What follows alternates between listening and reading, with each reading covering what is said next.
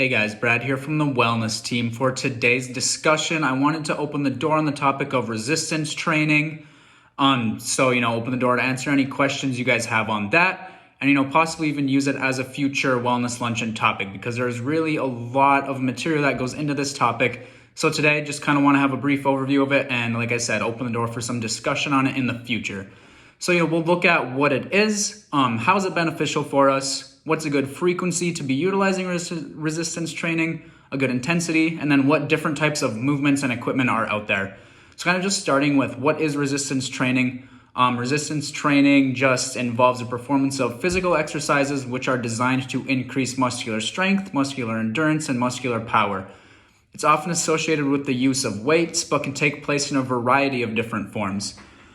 So looking at some of the key benefits of resistance training, and so with this topic, there's a lot of benefits that come from resistance training. I'll point out a few of the key ones. So when I'm talking about resistance training, people of all ages and abilities who regularly participate in resistance exercise reduce the risk of many different preventable diseases and just improve the quality of life overall. This is done by increasing muscular strength and endurance, increases bone density, which if you remember from the last newsletter, the article on the importance of that as we age, as we kind of naturally lose some of that bone mass and muscular mass as we age. So, it's important with that.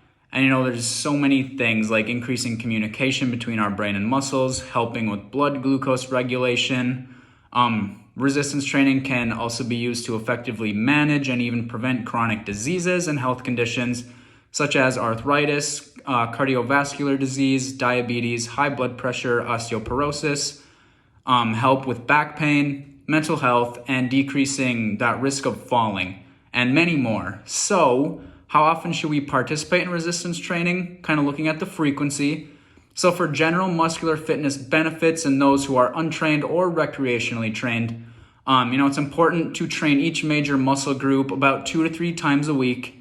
Those major muscle groups, that includes the chest, shoulders, upper and lower back, abdomen, hips, and legs.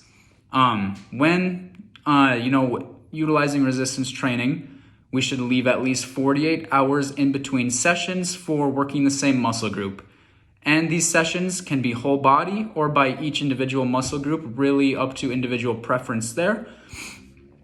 So looking at intensity, what's the right amount of reps and sets to be using?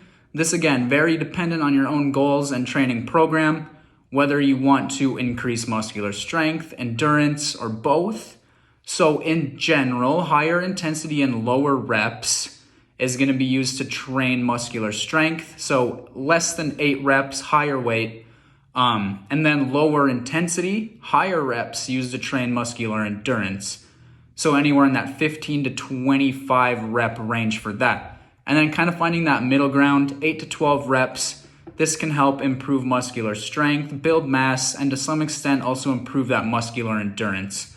I want to point out that muscular fitness in general will improve with our resistance training routine, but that intensity and volume really helps determine the specificity of that training effect.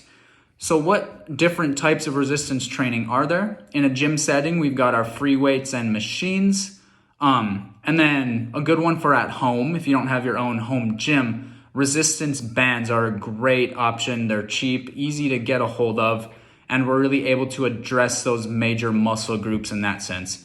So if you have any questions on what types of exercises are best for you, if you'd like to see an example of a resistance training program for muscular strength versus muscular endurance or kind of that hybrid, what type of resistance bands to get to have in our home, any requests for exercise demonstration in these videos, or if you've been adhering to a resistance training program and are ready to progress to the next step, reach out to myself, Tyler, or Jesse, and we'd be glad to offer our guidance. Like I said, just wanted to open the door for discussion on this topic. I think we could definitely hold a future luncheon for it.